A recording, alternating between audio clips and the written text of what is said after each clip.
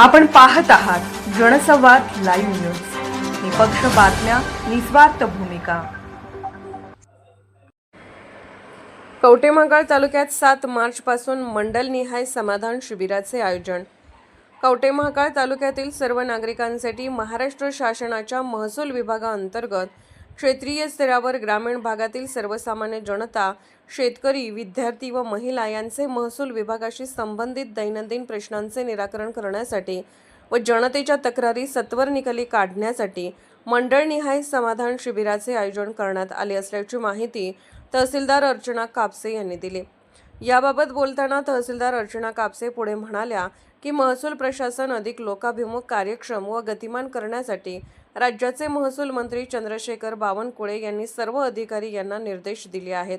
त्यानुसार जिल्हाधिकारी अशोक काकडे, उपविभागीय अधिकारी उत्तम दिघे, उपजिल्हाधिकारी समाधान शेंडगे यांच्या मार्गदर्शनाखाली कवठेमहांकाळ तालुक्यामधील प्रत्येक मंडळ स्तरावर छत्रपती शिवाजी महाराज महाराजस्व समाधान शिबिर अभियान आयोजित केले असल्याचेही त्यांनी सांगितले.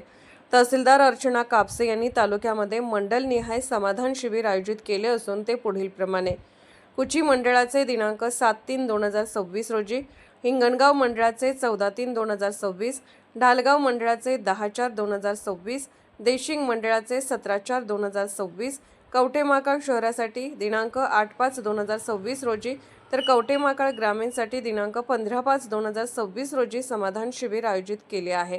सदर समाधान शिबिरामध्ये भोगवटदार वर्ग 2, जमिनीचे भोगवटदार वर्ग 1 मध्ये रूपांतर करणे, वारस नोंदी करणे, अपाक शेरे कमी करणे, कुम्या कमी करणे, कालबाह्य नोंदी कमी करणे या योजना राबवल्या जाणार आहेत.